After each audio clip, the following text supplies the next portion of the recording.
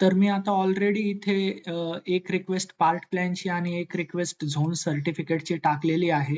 आता सपोज करा की तुमची पार्ट प्लॅनची रिक्वेस्ट ड्राफ्टमॅनने रिजेक्ट केलेली आहे.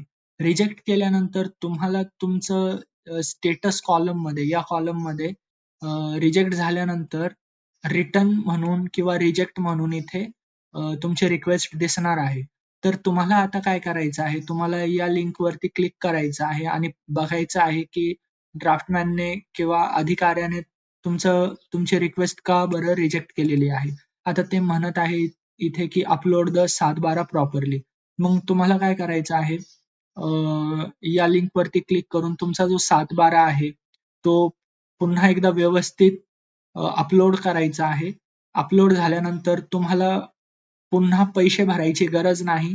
तुम्ही जे आधी पेमेंट केलेलं असेल, तर त्याचं यू-टी-आर नंबर किंवा चेक नंबर अपलोड करून तुमची पेमेंटचं जे काही प्रूफ असणार आहे, स्क्रीनशॉट असणार आहे किंवा पी-डी-एफ फाईल असणार आहे, तर ते इथून अपलोड करायचं आहे आणि या फॉर्मला पुन्हा रिसबमिट करायचं आहे.